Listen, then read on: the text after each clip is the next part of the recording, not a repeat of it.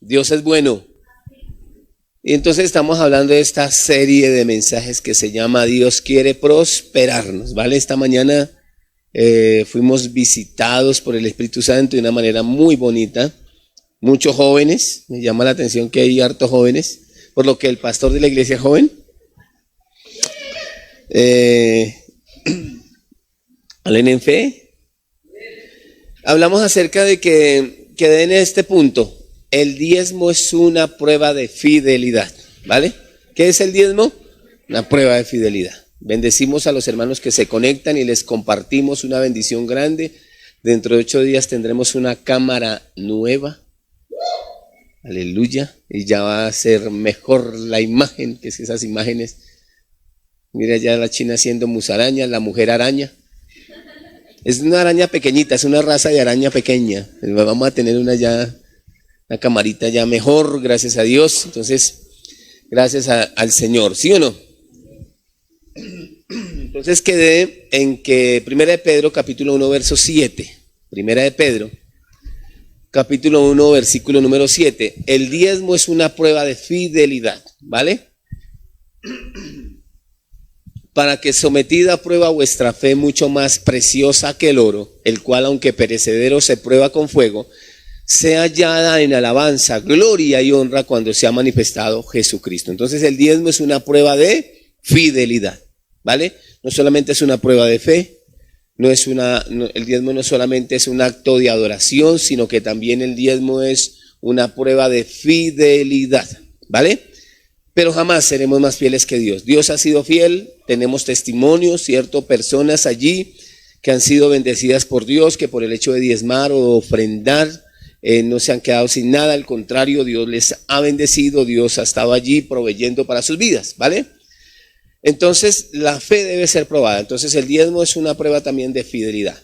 En épocas de crisis nunca jamás podemos dejar de sembrar o de diezmar, pero una de las cosas que el diablo pone en nuestro corazón es que en épocas de crisis guardemos todos los recursos y nos impide, ¿cierto? Muchos cristianos empiezan a poner prácticas del mundo, ¿cierto? Principios bíblicos, no quieren saber de eso,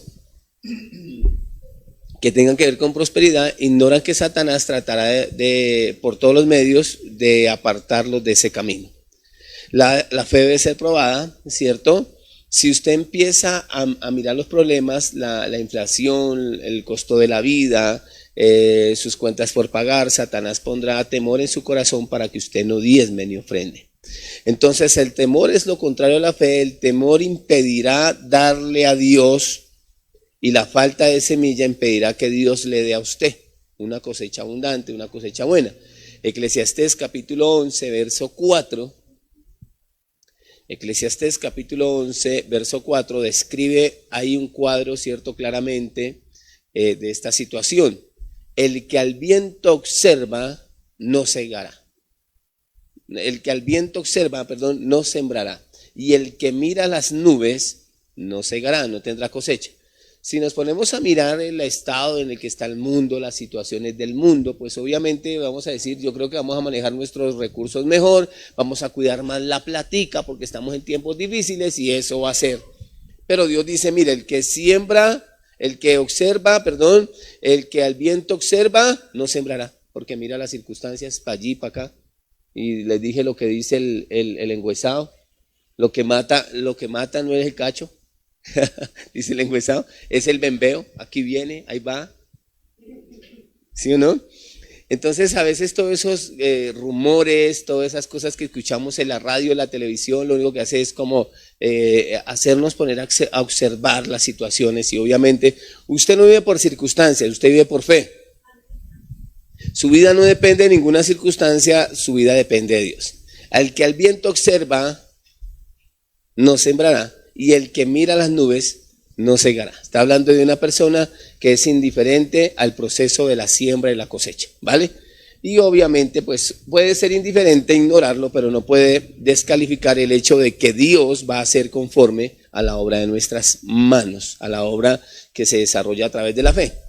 Eclesiastés capítulo 11, verso 6, Dios habla acerca de un principio de administración y un principio poderoso en la ley de la siembra y la cosecha. Eclesiastés capítulo 11, Verso 6. Por la mañana siembra tu semilla y en la tarde acuéstate a dormir. Y en la tarde no dejes reposar tu mano. Entonces, hay un punto que tiene que quedar bien claro. Hay muchas formas de prosperar. Y definitiva ya en el mundo hay mucha gente que ha prosperado en la forma, alguien se le cayó el pañuelo, en la forma que ha decidido prosperar. Pero si vamos a prosperar de una manera bíblica, de una manera espiritual, va a ser a la manera de Dios, ¿vale? Y eso es una decisión también que tomamos nosotros. Yo predico desde el punto de vista de diezmar, de ofrendar, de sembrar en la obra de Dios, que es buena tierra, de los principios financieros de Dios, del plan de Dios para prosperarnos, de motivaciones correctas, porque es el modelo de la forma que yo decidí para prosperar, ¿vale? Y esta mañana hablamos de un personaje, Isaac, que Dios le dijo que no descendiera a Egipto. Y quiero hablarle de un versículo en particular, Proverbios capítulo 10, verso 22. Proverbios capítulo 10, versículo número 22, que es un principio. Si usted va a prosperar a la manera de Dios, cuando usted diezma, Dios le da poder para hacer riquezas. Voy a volver a decir eso. Cuando usted diezma, Dios nos da poder para hacer riquezas. Este principio de la ley de la siembra y la cosecha es como sembrar una semilla económica y recibir una cosecha económica, obviamente. Pero si hay algo que el diablo quiere detener en estos últimos tiempos es que las personas se muevan por principios espirituales, porque él obviamente sabe que no va a podernos tenernos oprimidos. Dijimos que la maldición de la ley es muerte física, ¿cierto? Muerte espiritual que trascendió la muerte física, que es enfermedad, ¿cierto? Y que es ruina, pobreza, escasez. Entonces Dios establece unos principios allí, un sistema económico, porque tenemos claro que Dios no necesita plata. Dios no necesita dinero. Ay, vaya y diezmele al Señor. No, pues al Señor pastor, porque el que recibe la plata que hace este servidor. Solamente que Dios estableció un sistema económico basado en unas promesas para respaldar su obra, para establecer un sistema financiero en la iglesia, para poder predicar el evangelio, ¿vale? Entonces, cuando diezmamos en una iglesia local y caminamos, porque ya dijimos en Génesis capítulo,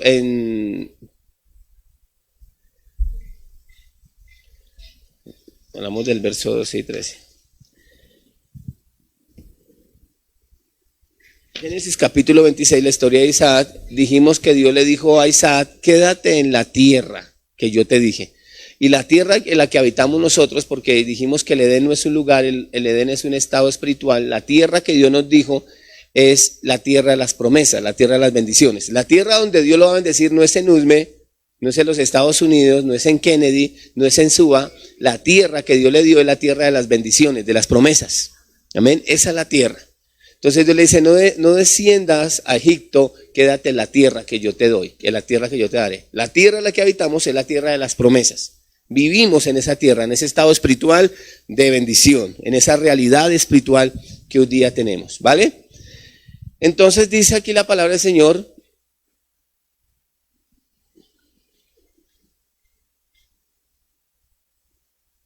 Espérenme.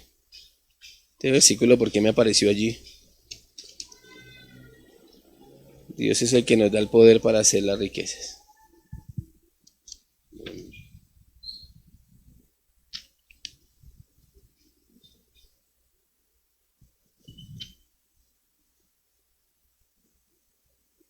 Proverbios capítulo 10, verso 22.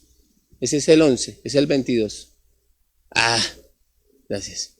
La bendición de Jehová es la que enriquece y no añade tristeza. No, es que mi casa es una bendición. No, eso es una casa. La bendición de Dios es la que usted tiene. No, es que mi negocio es una bendición. No, eso es un negocio. Usted tiene la bendición de Dios que enriquece. Amén. Tenemos la bendición de Dios que enriquece. Entonces, cuando nosotros diezmamos, Dios nos da poder para hacer riquezas. Tenemos la bendición de Dios que enriquece, ¿vale? Usted enriquecido es porque tiene la bendición de Dios que enriquece. Amén. Entonces, la bendición de Jehová es la que enriquece y no añade tristeza con ella. Entonces, yo a veces he visto que hay un mal trazo de la palabra porque hay gente que dice, ay, no, imagínese, a mí ya este negocio, esta empresa me empezó a añadir tristeza, esto no es de Dios. Ay, déjese de bobadas. Todo lo que se hace debajo del cielo produce aflicción. Entonces, Todo trabajo, todo lo que se hace produce aflicción de espíritu. O sea, ¿va a haber oposición así tengamos una empresa? Claro. ¿Van a haber situaciones, asuntos por resolver? Sí. Entonces, usted tiene la bendición del Señor, pero eso tampoco niega el hecho de que el diablo va a tratar de obrar allí. Así que si usted tiene la bendición de Dios, no importa la circunstancia, Dios lo va a prosperar. Dios va a poner allí las cosas en orden. La bendición de Jehová es la que enriquece y no añade tristeza. Quiero que usted le ponga cuidado a dos versículos que son muy importantes. Mateo capítulo 6, verso 33.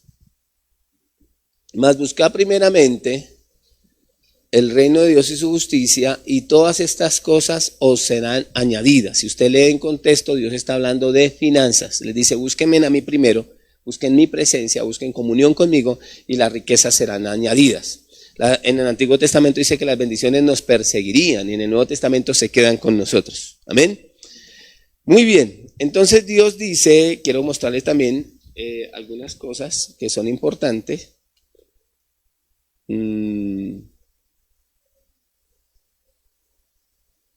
Pedro le dice al Señor, lo hemos dejado todo.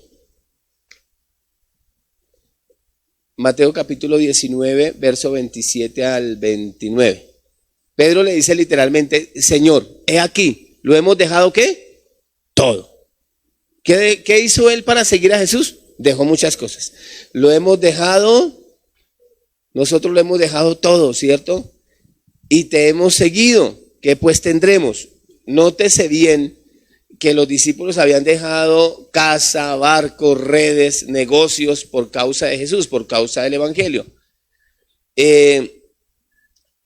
Habían invertido todo para predicar el Evangelio del reino, y ahora Pedro cuestionaba abiertamente a Jesús acerca de la recompensa que debían esperar.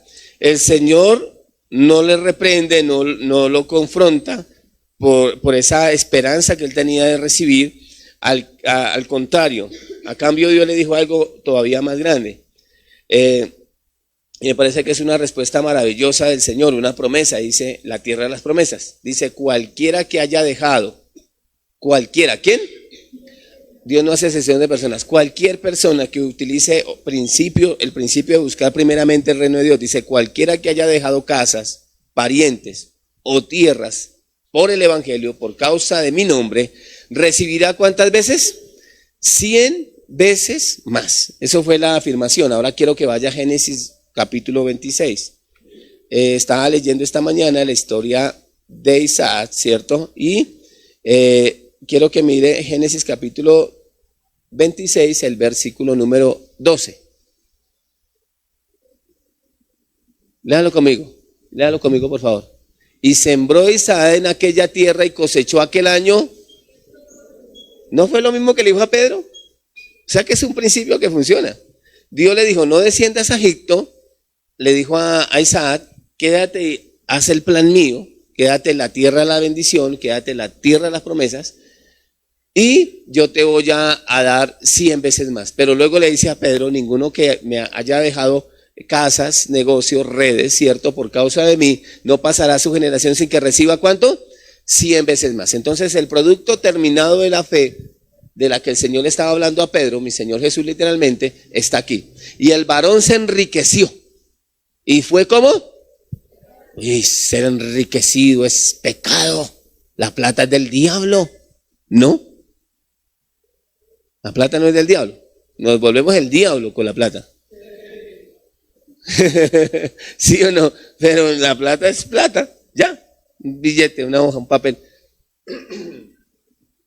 Dios dice que Él nos dio dinero para que lo disfrutemos, no para que lo amemos. Ah, eso es otro cuento. El amor a las riquezas. ¿Sí o no? Entonces, eso sí ya es otro cuento. Se llama el Dios Mamón, ¿cierto? Eso ya es avaricia, codicia. Dios nos dio el dinero para que lo disfrutemos. Voy a ver a decir eso. Dios nos dio el dinero para que lo disfrutemos, no para que lo amemos, pero la plata sirve para todo, ¿cierto? El varón se enriqueció. Enrique Vergara, se enriqueció. ¿Sí? Mire, Enrique. Bonito. A mí me gusta le doy gracias a Dios por mi papá que me puso ese nombre.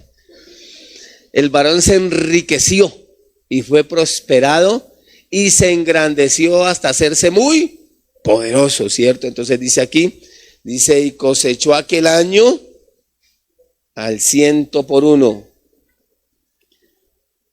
El verso 12.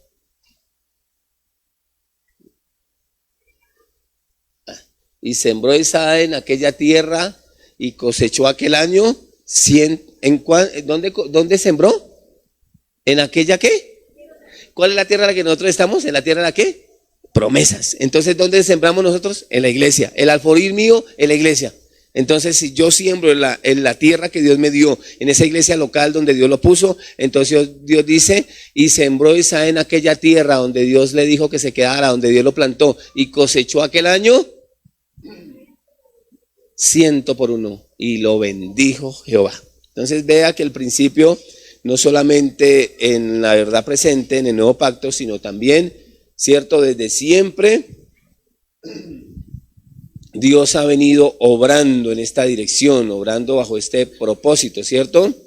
Entonces, en este servicio quiero hablar de prosperar con la motivación correcta, ¿vale? ¿Prosperar cómo?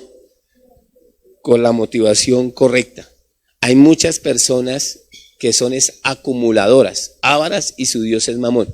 Porque personas quieren prosperar para tener 5 carros y solo pueden manejar uno. Tener 10 casas y solo pueden vivir en una. Y es más, ni en una habitación. En realidad, a mí después de la cuarentena me dejó claro que no se necesita mucho para vivir.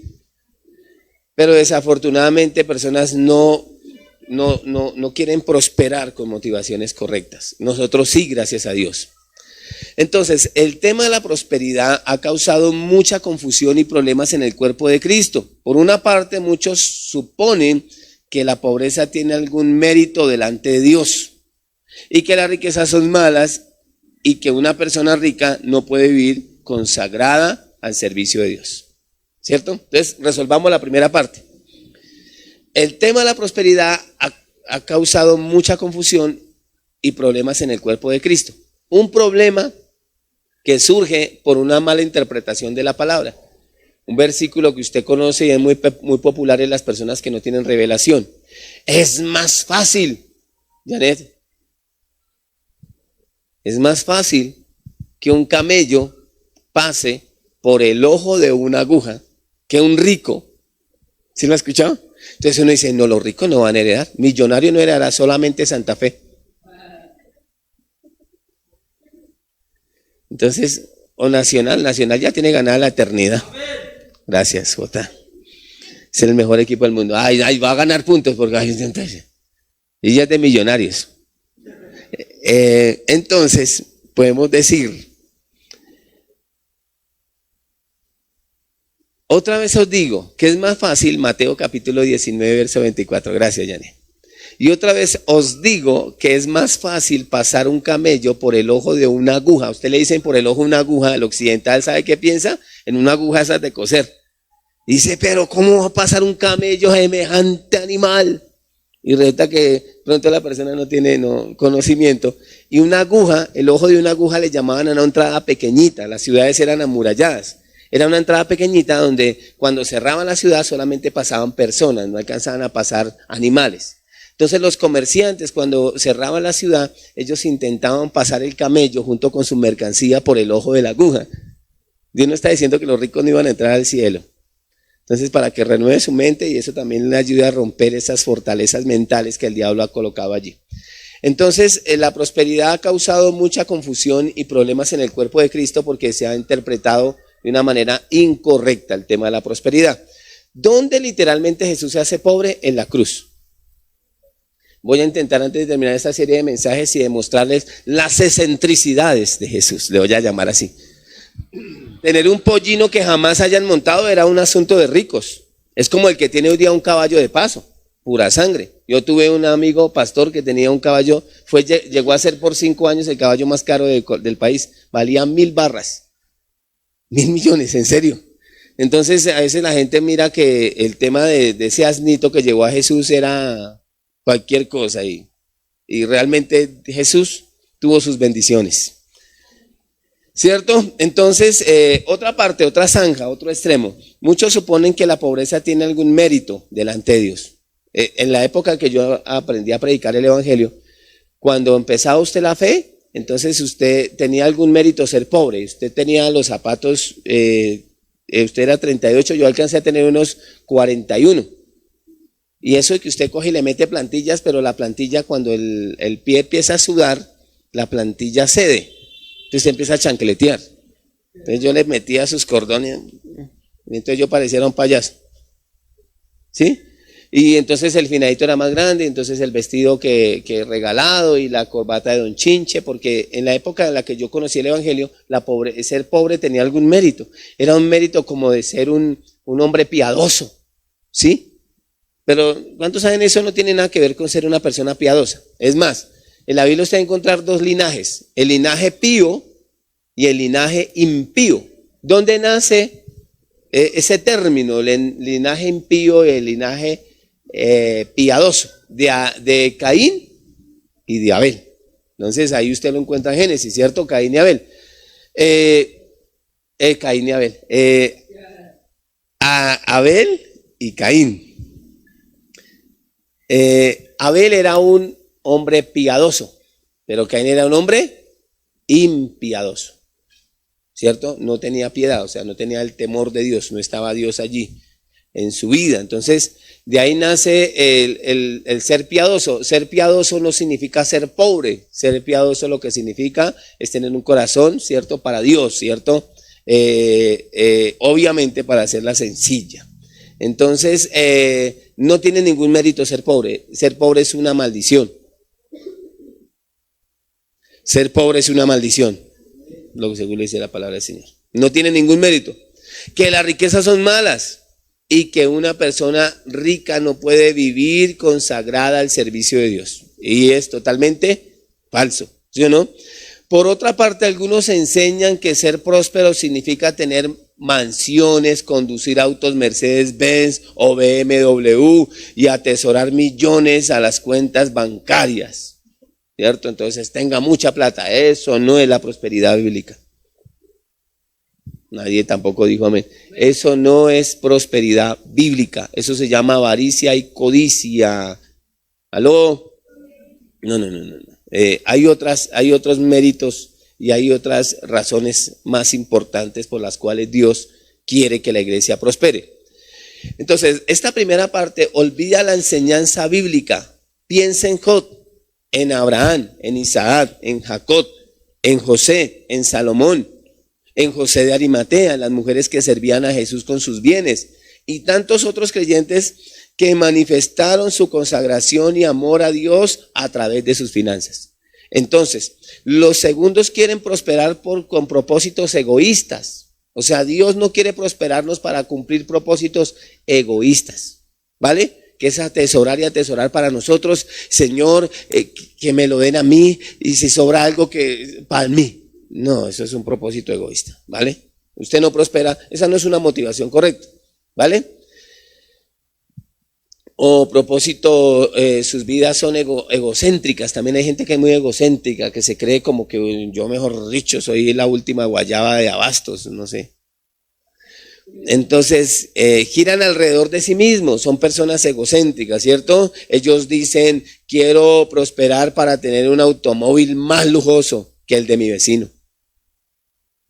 Una mansión como las estrellas de cine. Yo quiero vivir en la misma casa que tenía Michael Jackson. Esa vuelta. ¿Sí o no? Quiero vivir en lugares exóticos. Eso es una motivación incorrecta. Dios para eso no nos quiere prosperar. Eso hay que sacarnos de la cabeza. Y así cosas por el estilo. Lo último que pasa por sus mentes es que Dios les ha dado el poder para hacer riquezas con el propósito de que el reino de Dios se extienda a través de la predicación del evangelio. O sea, que usted prospere de tal forma que tenga para usted, pero también para invertir en el reino de Dios. Ese es el propósito de Dios, no es otro. Y su nombre va a ser glorificado a través de nosotros. ¿Listo? Santiago. Entonces Santiago dice claramente, porque Dios tuvo que aterrizar a los judíos que eran religiosos y legalistas y que eran egocéntricos y que tenían motivaciones incorrectas. Y el pastor Santiago dice algo que me parece muy interesante. Santiago capítulo 4, verso 3. Santiago capítulo 4, verso 3. Pedís mal Pedís y no recibís porque pedís mal para gastar en vuestros propios deleites. ¿Quién dijo que Dios quiere prosperarnos para tener casas exóticas y vivir en mansiones como la de Michael Jackson? Eso es una vaina toda loca. Ese es el mal llamado de ese evangelio que nos predicaron a nosotros. Ese no es el propósito de Dios. Dios quiere que su nombre sea glorificado y prosperarnos, pero no de esa manera. Eso ya es una persona egocéntrica, ¿cierto? Que adora a Mamón, se vuelve esclavo del dinero. Dios tampoco quiere prosperarlo de tal forma de que usted pueda llenar sus arcas, el colchón. Estamos hablando que día con Kevin y Kevin me dijo que se sorprendía de un señor. Es un esclavo de Mamón. Imagínese que ese señor tiene 7 fincas. La finca más barata vale casi 300 millones de pesos.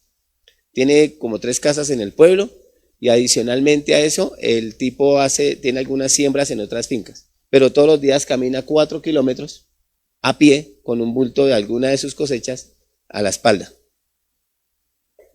Es esclavo de Mamón porque es un pobre que tiene plata. Que lo único que tiene es plata. ¿Sí o no? Entonces, sencillamente hay gente que el tacaño, el avaro, es una persona que solamente quiere amasar y amasar y guardar y guardar. Eso no es una motivación correcta. Sencillamente es una persona que es esclava de Mamón. Y no, ninguno, dice la palabra del Señor, ninguno le puede servir a 2 señores porque amará a uno y odiará al otro. Entonces hay gente que gastarse la plata les calman los nervios, eso es egocentrismo, pero hay otros que no gastarla los tranquiliza. Entonces son 2 extremos, ¿cierto? Y ninguno de los 2 es una motivación correcta, ¿vale? Ese no es el plan. Entonces, lo último que pasa por sus mentes es que Dios les ha dado el poder para hacer riquezas con el propósito de que el reino de Dios se extienda a través de la predicación del evangelio. La salvación es totalmente gratuita, porque ya pagaron un precio, costó cada gota de la sangre, o sea, que es gratuita, pero sí valió. Espérenme. Es gratuita para nosotros, pero sí valió. ¿Qué valió? Cada gota de la sangre de Cristo en la cruz del Calvario. O sea que evangelizar y predicar el evangelio es lo que cuesta. ¿Vale? Entonces, si somos salvos, es gratuito, sí valió, es gratuito, pero evangelizar, ¿qué tiene? Costo, ¿sí o no? Entonces Dios les dice, mire, ustedes piden mal, porque ustedes no reciben porque piden mal, porque piden para gastar en sus propios deleites. Entonces muchas personas que no tienen motivaciones correctas no prosperan a la manera de Dios porque ellos están esperando solamente satisfacer sus deleites. Hable nomás con las personas. Yo soy una persona, no sé si es por lo que tengo ese pedacito de orejas, sí, que soy primo hermano de Topollillo, pero la Biblia dice que el oído prueba las palabras. Y yo escucho a personas, a mí me gusta mucho a veces hablar con los hermanos y preguntarles por qué quiere prosperar o por qué quiere usted que Dios le dé tal cosa. Y a veces escucho cosas que en realidad no son correctas. Yo quiero que Dios me bendiga porque quiero conocer el mar. Pues está perdido de playa. No debería ser su motivación personal. Dios no quiere que vayamos a la playa. Ir a la playa es pecado. No, Él sí quiere que vayamos. Pero Dios quiere prosperarnos principalmente para predicar, para que nosotros estemos bien y promovamos la evangelización del mundo. Adicionalmente a eso, Dios quiere que prosperarnos para que estemos bien. O sea, quiere decir que Dios quiere que usted vaya y conozca el mar. Lo que yo le estoy diciendo es que no debe ser su motivación principal. ¿Aló? No debe ser su motivación principal. Porque entonces se va a volver ese esclavo de sus deleites. Y una de las señales de los últimos tiempos es que los hombres se van a volver amadores de sí mismos. Y yo hoy día veo que la iglesia se ha vuelto muy amadora de sí mismos. Dejan de diezmar porque quieren amarse en ellos mismos, complacer su carne. Ay, porque pobrecito yo necesito tener 5 calos porque no me gusta andarle tal milenio. Y por el pico placa toca pompar otro. Ese no es el plan de Dios para prosperar. Yo tengo que tener 5 cachas porque me gusta comer solamente en los crepes and waffles. Porque yo tengo un estómago helico. Pues a ver. Ese no es el plan de Dios para su vida. Ese no es lo que Dios quiere. Entonces, motivaciones incorrectas han hecho que personas se desanimen porque usted va a prosperar al modo de Dios. La razón principal por la que Dios quiere que usted prospere es para predicar el evangelio. Obviamente usted va a estar bien y va a ser un testimonio para otros, pero la motivación principal de Dios es prosperarnos para que el evangelio se predique. ¿Vale? Muy bien. Entonces, si vamos a prosperar hasta el nivel que Dios quiere, tenemos que demostrar que somos administradores eficientes de los recursos de Él. Entonces, allá viene un versículo, Lucas capítulo 16, verso 10. Nosotros somos bendecidos, Nosotros somos bendecidos. Nosotros somos bendecidos. Pero hay cosas que solamente están disponibles dentro de las bendiciones de Dios a través de la fidelidad. Hay cosas que no van a llegar sino por la fidelidad. ¿Aló? El que es fiel en lo muy poco, también en lo más es fiel. Y el que en lo muy poco es injusto, también en lo más es injusto. O sea que el diezmo es una prueba de fidelidad. Y le voy a decir una cosa, diezmar 200 pesos o 1000 pesos, eso es botado. Eso es como quien da una limosna. Pero cuando le toque dar millones es que yo quiero verlo, ahí es donde yo quiero verlo en cancha larga. Pero Dios dice que no empecemos a ser fieles cuando tengamos los millones para diezmar. Él está diciendo que seamos fieles con las monedas que nos da. O sea que lo leí hace creo que 2 semanas. Dios, cuando Dios estaba al frente del arca, vio cómo los fariseos, vio cómo daban, no cuánto daban. Dios no está mirando cuánto damos, Él está mirando cómo damos, si somos fieles o no. El pastor no sabe cuánto usted se gastó y le digo la verdad con sinceridad, no me interesa saber. No me interesa. Los libros los miramos y toda esa vaina de nosotros porque pues es la contabilidad de la iglesia, pero yo no me pongo ahí mirando quién sí y quién no. Ustedes sabrán. Porque la prueba de la fidelidad en el diezmo la pasa usted con Dios. Dios sí sabe cuánto lo bendijo. ¿Sí me estoy comunicando? Y es un asunto como tan personal porque es una prueba de fidelidad.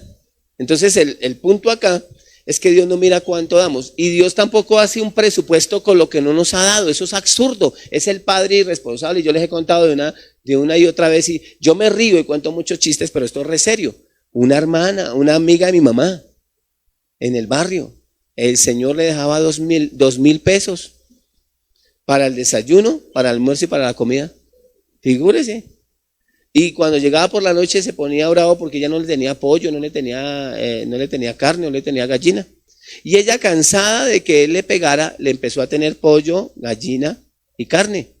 El problema fue que se fue a vivir con el que daba para el pollo, para la gallina y para la carne. Porque el Señor estaba haciendo un presupuesto con lo que Él no daba. Y Dios no es así de absurdo. Dios no nos pide ni hace cuentas de lo que nosotros no tenemos. Es que el día que Dios me dé, no, Dios no le interesa eso. Sea fiel en lo poco, en lo que ya le dio. Entonces el diezmo es una prueba de fidelidad. Dios no va a convertir en un banquero o en una persona, una columna financiera a un ladrón. Le va a saquear su iglesia, le va a robar sus bienes. Dios trabaja con fuentes fieles. Dios convierte columnas financieras y prospera a personas que son fieles. Y aprendió y los conoció mi pastor a través de una clase que se llama Ética Ministerial, la prueba de la fidelidad. Esto inclusive aplica también para algunas empresas porque lo manejan en algunos, empresas. La prueba de la fidelidad en una persona son 10 años. Entonces yo no sé cuánto dure el tiempo de la fidelidad de Dios. Para llegar al nivel de fiel, para que mi pastor reconozca a alguien fiel, son 10 años. Entonces yo no sé cuánto tiempo Dios le ha venido dando recursos a usted, pero usted vez tras vez le ha demostrado a Dios que es un infiel.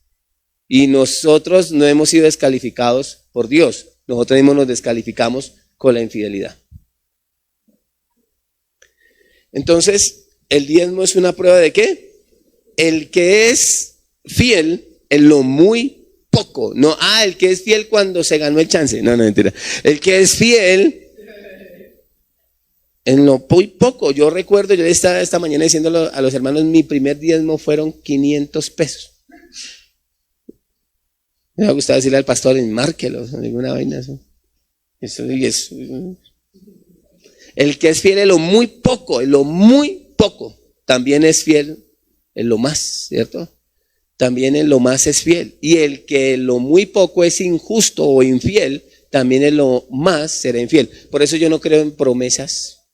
Pastor, oye por mí que el día que mire que a mí me ligue, mire que ya no va a dar nada. Si se no va a apoyar esta obra. Si me entendés, paila. No, es en lo muy poco. O sea, Dios no mira cuánto da, Dios mira es cómo da. El diezmo es una prueba de ¿qué? Fidelidad. Dios está buscando, aquí fue donde quedé esta mañana, Dios está buscando en todo el planeta Tierra, hombres y mujeres fieles, está buscando administradores fieles, personas a las que pueda bendecir confiándoles dinero y posesiones para que funcionen como banqueros del reino de los cielos aquí en la tierra. Yo he conocido unas personas excepcionales, personas que yo creo que por años fueron fieles en lo poco, que hoy día están en una abundancia impresionante y siguen apoyando iglesias locales, misiones. Tenemos unos gringos, una pareja de gringos que vinieron a una brigada no sé si ustedes se acuerdan de gafitas. Ellos vienen, ellos son médicos, ellos son amigos del pastor John Powell, que también es médico. Y el ministerio de ellos por más de 20 años no es predicar, ellos viajan por todo el mundo apoyando económicamente los ministerios y llevando gafas. Y Dios los ha bendecido impresionantemente. Ahí me mandan fotos, postean cosas, viven excelente. Y ellos diezman el 90. Ellos dan el 90 y se quedan con el 10. Entonces Dios los ha bendecido demasiado. Entonces, pero me imagino que las pruebas de la fidelidad, lástima que es que son gringos y yo de verdad para el inglés no me da pereza. No. El tema es que ellos en inglés, pero yo creo que pone uno a escuchar a esa gente cuando viene, yo creo que nos vamos a quebrantar de pronto de la forma como Dios los prosperó. Pero pasaron la prueba de la fidelidad. Y la prueba de la fidelidad se pasa con el diezmo. El que es fiel en lo muy poco. Entonces es el momento de que usted empiece a pasar esa prueba y hágalo. No, Dios no está mirando cuánto da, sino cómo da. ¿Vale?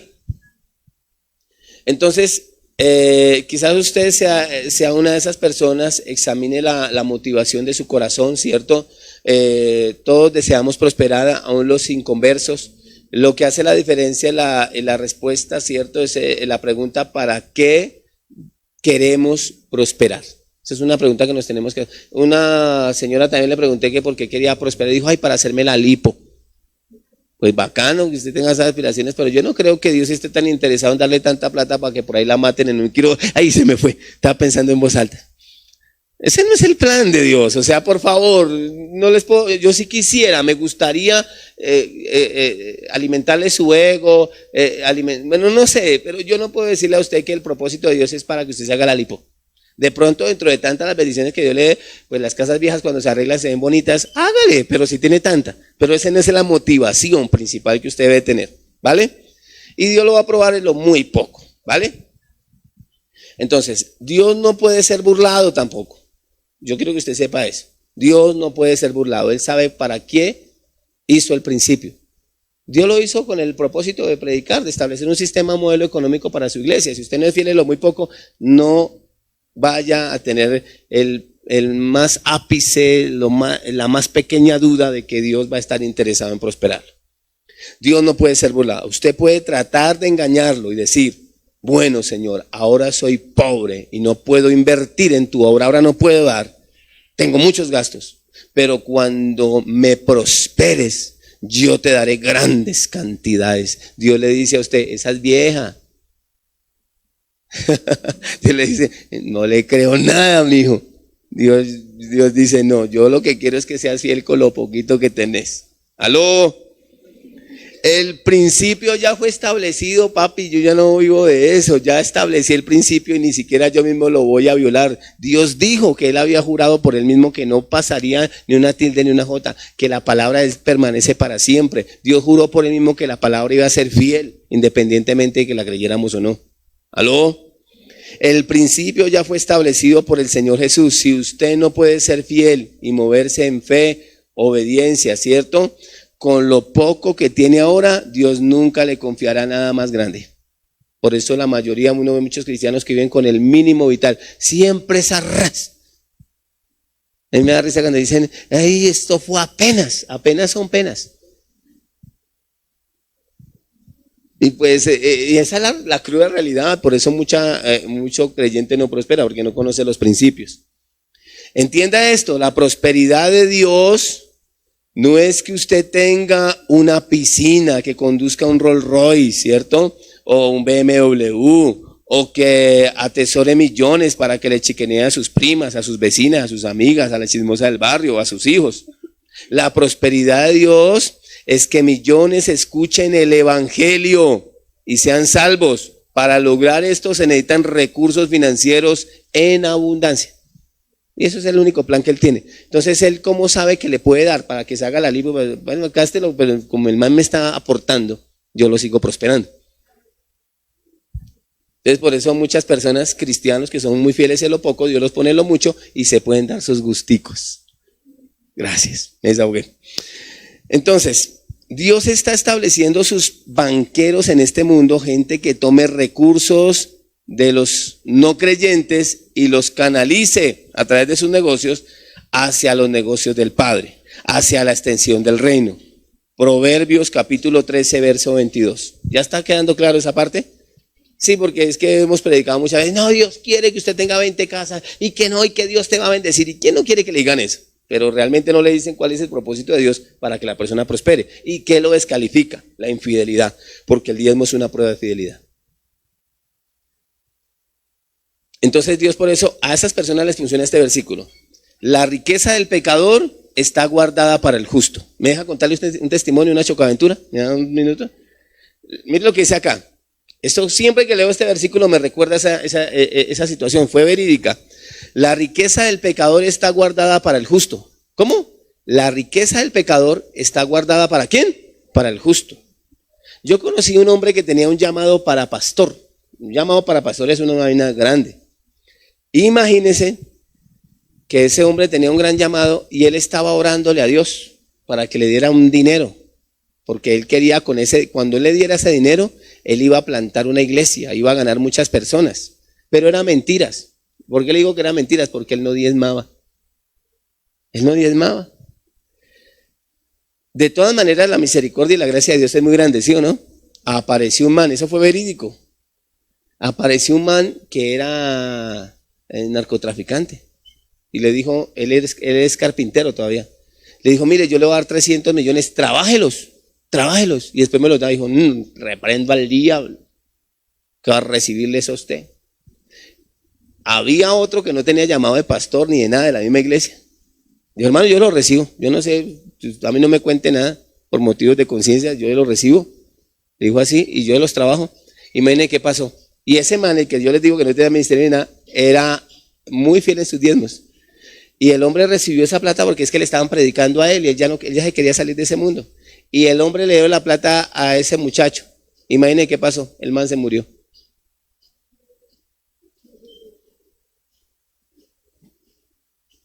La riqueza del pecador está guardada para el justo. ¿Por qué no la recibió el que tenía llamado para pastor? Porque Dios sabía que ese man se le iba a guardar toda para él.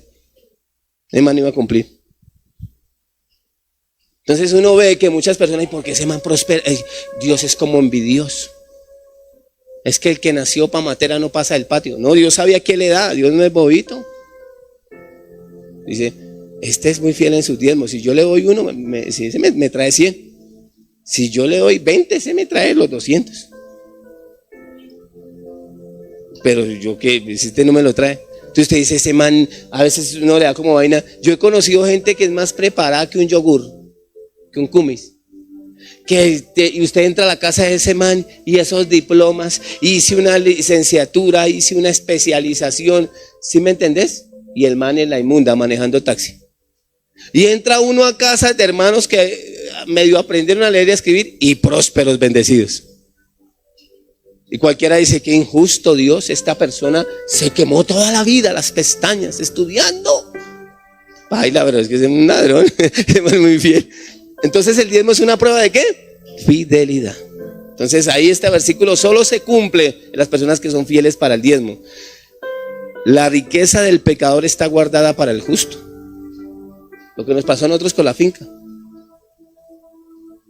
No les puedo contar la chocaventura porque me abrieron los ojos. Entonces, eso es la palabra de Dios. Deje de evadirlos la responsabilidad, porque el límite de su cosecha no lo ha puesto Dios, lo ha puesto usted. Entonces la palabra dice que Dios le da el trabajo a los pecadores que prosperen para dársela a sus hijos. Entonces arregle sus prioridades y ponga en orden sus finanzas con Dios y empezará Dios personalmente a hacerle transferencias. Dios va a empezar a colocar dinero impresionante. La bodega que estamos ahorita, el pleito que ganamos era de un narcotraficante, ¿sí sabía usted? Y Dios le dio el trabajo a ese tipo, yo no sé. Y eso es, cuando vendamos eso es con lo que vamos a comprar nuestro edificio, nuestra propiedad. Pero para acceder ahí hay que ser muy fieles en los diezmos, en el dinero, con Dios. Sea fiel en lo poco. Amén. ¿Ese testimonio está mejor?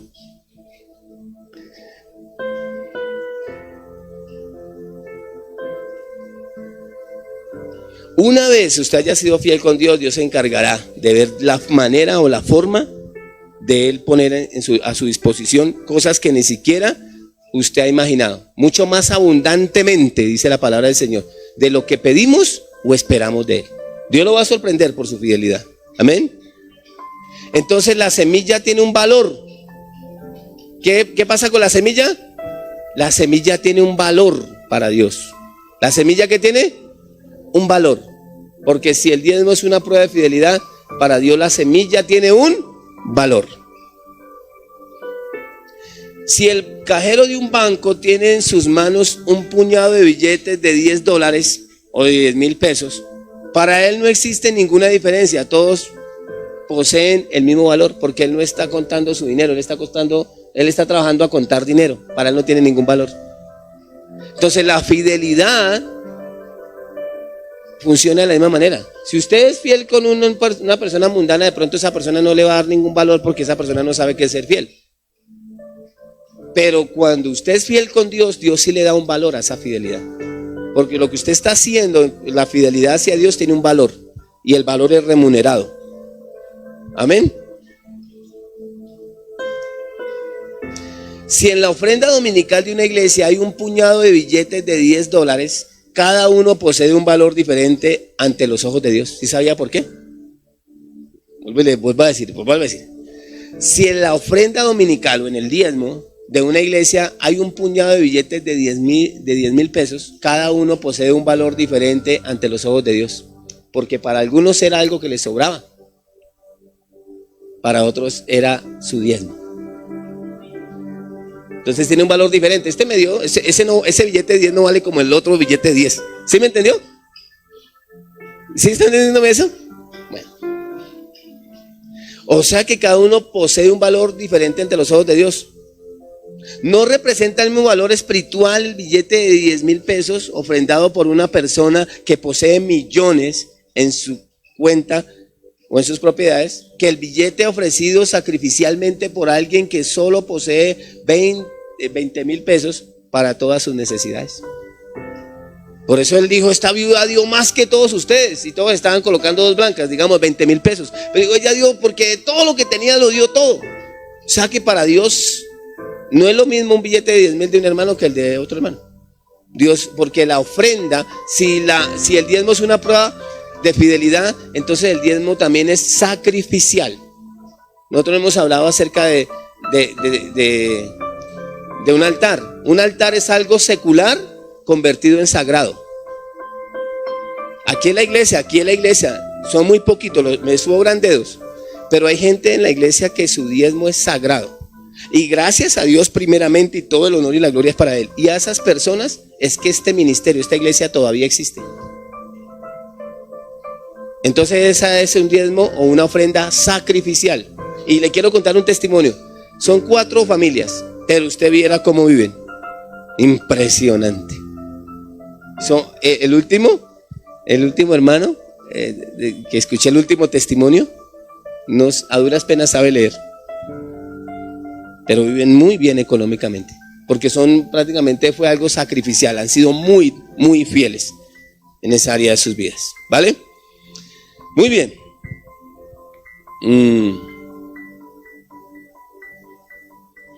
¿Qué tengo que decir? Quiero que mire un momentico conmigo Marcos capítulo 12, desde el versículo 41. Vamos a mirar. Y quiero que usted sepa quién, porque sí, acá los diezmos los reciben hombres mortales, según Hebreos. Pero quiero que usted mire algo que el Señor hizo. Estando Jesús sentado delante del arca, o sea, haga cuenta, la pastora ahí sentada, del arca, aquí, venga, présteme el ofrendero, digamos, que es ofrendero, equivale a ofrendero, hasta en el griego se puede traducir. Déjame ver un momentico el ofrendero. Jesús se paró ahí literalmente, digamos, ahí está la pastorcita de Belén, que hasta se parece a Jesús con esa cabellera. Esa es la oveja que más lana tiene en la iglesia, ¿sí le ven? Ella tiene más lana que yo, ¿sí se nota? Ahora sí leámoslo. Estando Jesús sentado delante del arca de la ofrenda, miraba cómo el pueblo echaba dinero en el arca. Y muchos ricos echaban mucho. Es claro, usted teniendo harto, usted puede dar harto y piensa que dio harto, pero para usted eso no es nada. 42. Y vino una viuda pobre y echó 2 blancas, equivalen, digámoslo así, a 20,000 pesos. O sea, un cuadrante. Verso 43. Entonces, llamando a Jesús a sus discípulos, a los líderes de la iglesia, les dijo: de cierto os digo que esta viuda pobre echó más que todos los que han echado en esta arca. Sí ve que para Dios sí tiene un valor. Y él estaba mirando. Porque todos han echado de lo que les sobra. Parecía harto, pero Dios les sabía. Pero esta de su pobreza ha hecho todo lo que tenía. Todo su sustento. Verso 45. Tremendo, ¿no? Sigamos mirando. ¿Vale? Verso 45. Verso 45.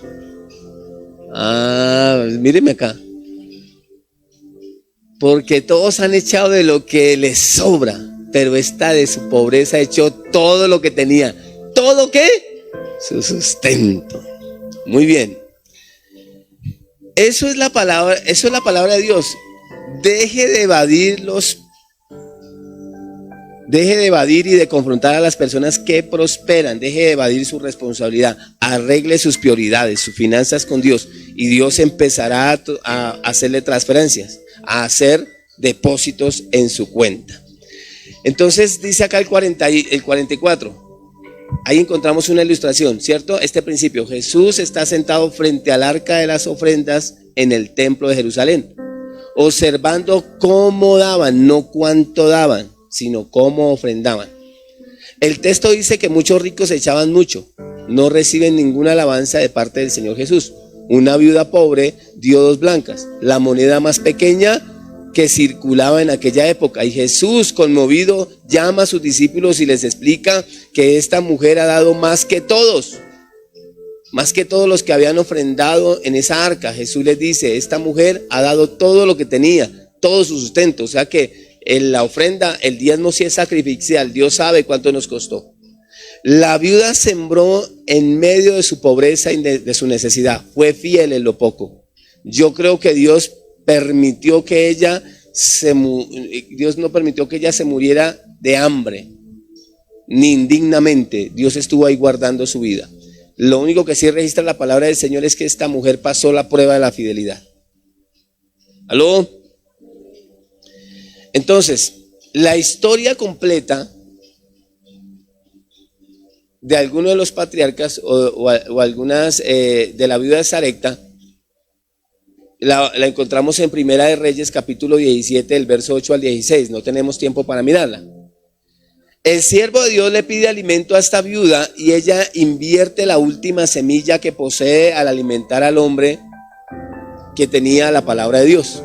La viuda no muere de hambre, lo que registra la escritura, tampoco su hijo, sino que la harina de la tinaja, lo que dice la palabra del Señor es que la harina de la tinaja, esto equivale al diezmo, si lo parafraseáramos. Mientras que ella diezmó, la tina de la tinaja no escaseó, ni el nivel de aceite de la vasija menguó. O sea que una de las mentiras más grandes que el diablo, de los argumentos más grandes que el diablo le ha puesto a las personas en la mente y en el corazón, es que por dar el diezmo se va a quedar con menos. Pero acá hay algo sobrenatural con esta mujer. La harina no escaseó, ni la vasija menguó. Los que llevamos años diezmando sabemos cómo Dios ha sido de fiel. Jamás. A mí la gente me dice: ay, yo en el mundo comía bien. No, yo en el mundo lo que hice fue comer sobrados y aguantar hambre. Yo vine a comer bien desde el día que empecé a buscar de mi Señor. Yo no he conocido ruina desde el día que seguí a mi Señor. Ese es mi testimonio y no puedo callarme, no puedo dejar de decir eso. Muy bien. Entonces, la vida de abundancia y de prosperidad es el resultado de personas que pasan la prueba de la fidelidad, conforme a la palabra que el Señor ha establecido, y no conforme a los impulsos del temor, la avaricia, la mentalidad del mundo. Nadie ha podido prosperar de esa manera. Usted puede ver claramente en estas historias que cuando estamos en escasez, Satanás va a promover para que usted tenga temor en su corazón y tratar de que no diezmemos, que no ofrendemos, que no pongamos semillas en la mano del Señor, y Dios no va a tener semilla para bendecir en nuestras manos, en nuestras vidas. Pero el Señor siempre proveerá una oportunidad. Hoy puede ser una oportunidad para que usted empiece a sembrar para obtener una cosecha abundante. Toda semilla posee el mismo valor en el mundo, pero para Dios no. Para Él no es igual. Él dice que el que es fiel en lo poco, sobre lo mucho lo pondrá. El rey David, el hombre que según las escrituras era conforme al corazón de Dios, dijo una vez, segundo libro de Samuel, capítulo 24, versículo 19 al 25.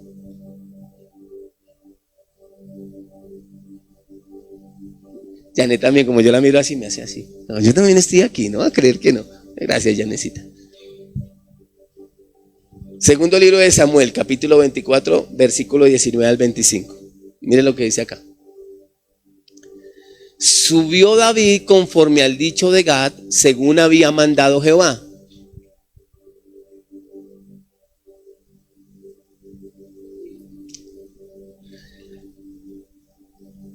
Y Araúna, esa palabra, miró y vio al rey y a sus siervos que venían hacia él. Saliendo entonces Araúna, se inclinó delante del rey, rostro a tierra. Ya pasé por ahí, ahora sí el versículo. Y Araúna dijo, ¿por qué viene mi señor el rey a su siervo? Y David respondió, para comprar de ti la era, a fin de edificar un altar. ¿Cómo lo llamó él? ¿Y qué es un altar? Algo secular, algo natural convertido en ¿qué? En sagrado. El diezmo debe ser algo secular convertido en ¿qué?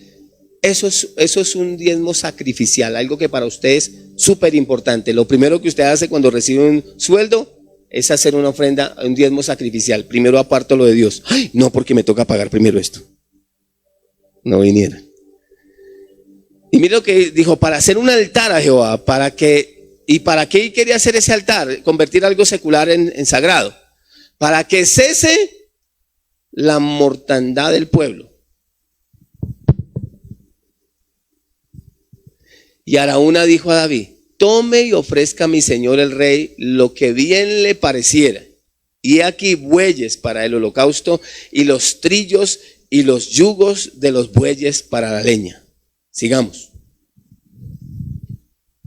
Hasta el 25. Todo esto, oh rey, Araúna. Todo al rey. Luego dijo Araúna al rey, Jehová tu Dios te sea propicio. Verso 24. Y el rey dijo a Araúna, no, sino por precio te compraré. O sea, no me regale nada. Yo no necesito que me regale nada porque es que ya Dios me bendijo y yo por eso lo traigo. Porque no ofreceré, escúcheme, porque no ofreceré a Jehová mi Dios holocaustos que no me cuesten nada. Si le costó ganarse esa plata, eso es una ofrenda sacrificial. Si le costó, si usted sudó por eso, porque le tocó trabajar muy duro y usted lo lleva al Señor, el Señor le da un valor especial a eso. No vaya a creer que Él no sabe lo que usted se machucó, lo que usted se fregó, como decimos nosotros los colombianos, porque me están escuchando de otros lados a veces. Él sabe. Señor, yo no lo voy a dar al Señor porque me regalaron eso y me lo encontré entonces. No, yo no le voy a dar a Dios cualquier vaina. No ofreceré a Jehová mi Dios holocaustos que no me cuesten nada. Entonces David compró la era y los bueyes por 150 ciclos de plata. Me llama la atención cómo quedó registrado. Hoy Dios me bendijo y le dije a May, el martes nos vamos a comprar una cámara que vale 2,5 millones para la iglesia. Otro me dice, no, pastor, recojo una ofrenda. No, yo no quiero dar nada que no me cueste. Si es que a mí Dios me ha bendecido. Dios no necesita de mi limosna, Dios necesita de mi fidelidad. Y él sabía que le da. Dice, y edificó allí David un altar, algo secular convertido en sagrado a Jehová, y sacrificó holocaustos. Esa silla en donde usted está sentado de pronto es una ofrenda sacrificial. Alguien que no tenía la plata entre el bolsillo, pero hizo un gran esfuerzo para que nosotros la compráramos. El piano, yo no me imagino qué o cuántas personas habrán dado para comprar ese sintetizador. En esa época valió 4 millones. Yo no sé cuántos de los que estaban ahí sacaron lo que tenían y dieron eso. Eso es un piano y con eso tocamos, pero usted sabe que Dios supo el valor que esa persona, el valor de esa ofrenda, de ese diezmo, de eso que esa persona hizo, para que pudiera ser posible tener un instrumento.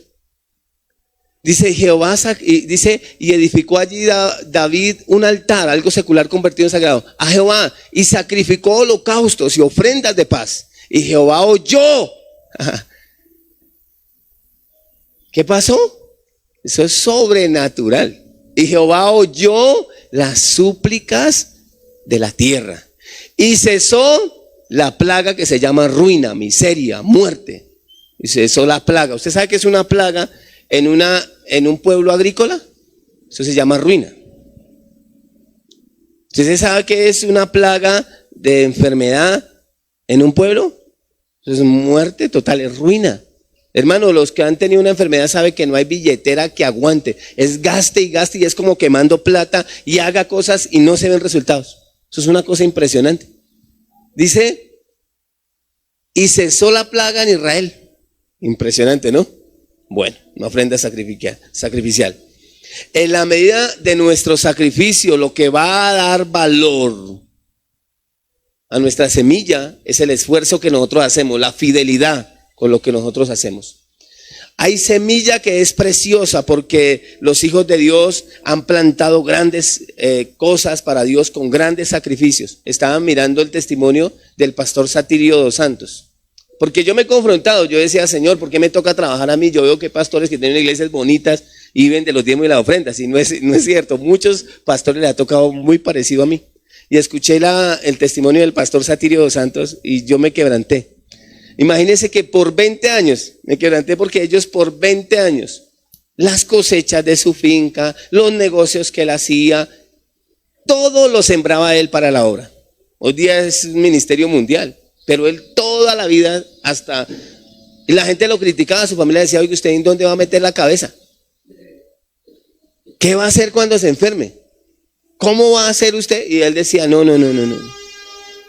Eso es una ofrenda sacrificial. Lo hago con todo corazón, como David. No voy a darle al Señor nada que no me haya costado. Hay gente que quiere ganarse la lotería para diezmar.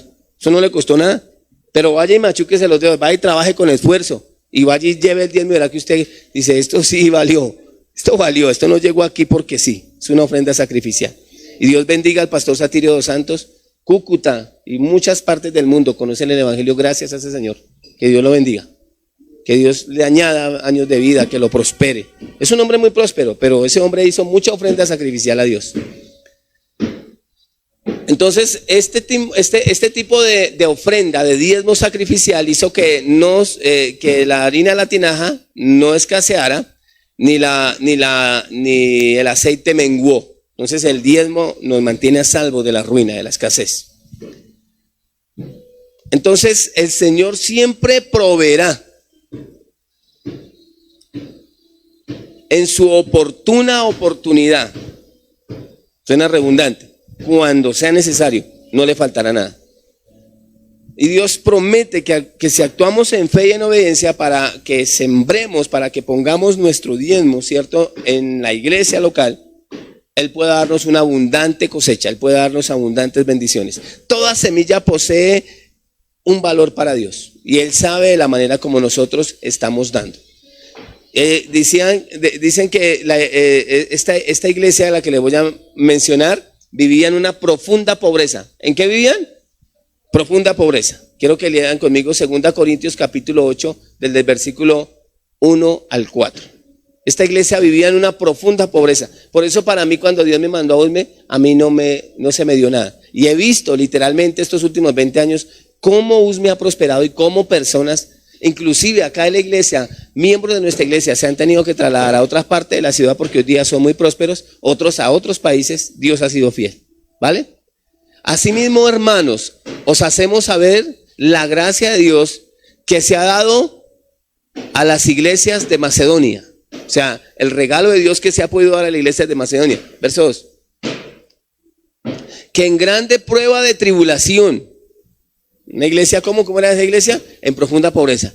Que en grande prueba de tribulación, la abundancia de su gozo y su profunda pobreza abundaron en riquezas en su generosidad.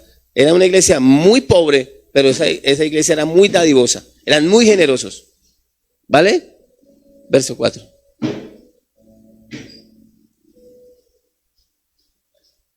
Pidiéndonos con muchos ruegos que les concediéramos el privilegio de participar en el servicio para los santos. Yo nunca, la verdad, le voy a decir con todo mi corazón, yo nunca en mi vida, lo que llevo en 20 años del evangelio, yo no he visto a nadie que me ruegue para que yo le reciba un diezmo. Pablo lo está diciendo literalmente, dice que la gente le rogaba y decía, Pablo, déjenos, nosotros somos una iglesia muy humilde, muy pobre, muy necesitada, muy carente, pero le rogamos, reciban esta plata para que vayan a misiones. Nosotros hemos parado a levantar una ofrenda para hacer una campaña y nadie ha hecho eso. Ay, pastor, yo sé que hace 8 días recíbame por favor. No ha pasado, pero va a pasar en el nombre de Jesús.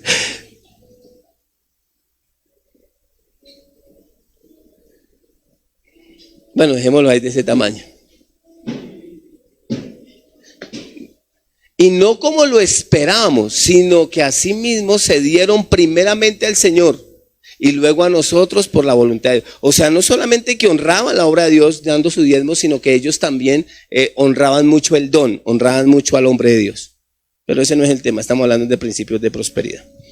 Muy bien, seguimos. Esto está bueno. Ya, terminamos. Dios mío, estaba es que a mí esto me apasiona. Pongámonos sobre nuestros pies, oremos, démosle gracias a Dios. Hay poder en la sangre, perdónenme, yo sí los veía con cara de almuerzo, pero yo no pensé que era que...